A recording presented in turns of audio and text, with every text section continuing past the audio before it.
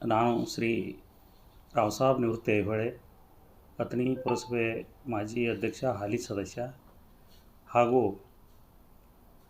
KPCC ಪರಿಶಿಷ್ಟ ವಿಭಾಗದ ಮಾಧ್ಯಮ ವಕ್ತಾರನಾಗಿ ಇವತ್ತು ನಮ್ಮ ಘನವೆತ್ತ ಸರ್ಕಾರದ ಮುಖ್ಯಮಂತ್ರಿಗಳಾದ ಸನ್ಮಾನ್ಯ ಶ್ರೀ ಸಿದ್ದರಾಮಯ್ಯ ಸಾಹೇಬರು ಅತ್ಯಂತ ದೀರ್ಘಾವಧಿ ಮುಖ್ಯಮಂತ್ರಿಯಾಗಿದ್ದಾರೆ. ಅದಕ್ಕೆ ನಾವು ಹರ್ಷ ವ್ಯಕ್ತಪಡಿಸ್ತೀವಿ.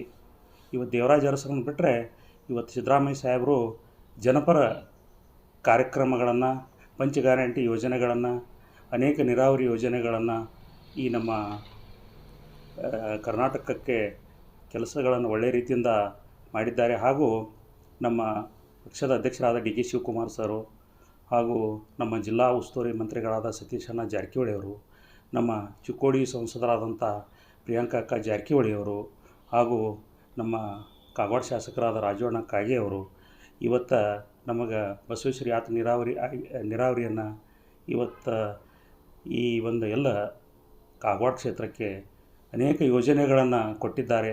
ಇಂಥ ಒಂದು ಕಾರ್ಯವನ್ನು ಇವತ್ತು ನಮ್ಮ ಮುಖ್ಯಮಂತ್ರಿಗಳು ಮಾಡುತ್ತಿದ್ದಾರೆ. ಅದಕ್ಕೆ ನಾನು ಕಾಂಗ್ರೆಸ್ ಪಕ್ಷದ ಪರಿಶಿಷ್ಟ ಜಾತಿ ವಿಭಾಗದ ಮಾಧ್ಯಮ ವಕ್ತಾರನಾಗಿ ಹರ್ಷ ವ್ಯಕ್ತಪಡಿಸ್ತಾ ಇದ್ದೇನೆ. ಹಾಗೂ ನಮ್ಮ ಪ್ರಿಯಾಂಕಾ ಅಕ್ಕ ಜಾರಕಿಹೊಳಿಯವರು ಕರ್ನಾಟಕದಲ್ಲಿ ಏಕೈಕ ಕೇಂದ್ರೀಯ ವಿದ್ಯಾಲಯವನ್ನು ತಂದಿದ್ದಾರೆ.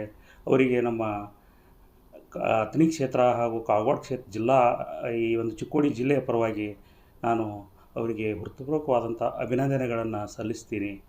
ಈ ಒಂದು ಸರ್ಕಾರದಲ್ಲಿ ಅನೇಕ ಅಭಿವೃದ್ಧಿ ಕಾರ್ಯಗಳ ನಡೀತಿವೆ ಹಾಗೂ ಇನ್ನೂ ಸಾಕಷ್ಟು ಪಂಚ ಗ್ಯಾರಂಟಿ ಯೋಜನೆಯಿಂದ ಕಡು ಬಡವರಿಗೆ ಅನುಕೂಲ ಆಗಿದೆ ಅಂತ ಹೇಳಿ ತಮ್ಮ ವಾಹಿನಿ ಮುಖಾಂತರ ಹೇಳಿಕೆ ಇಚ್ಛೆಪಡಿಸ್ತೀನಿ. ನಮಸ್ಕಾರ.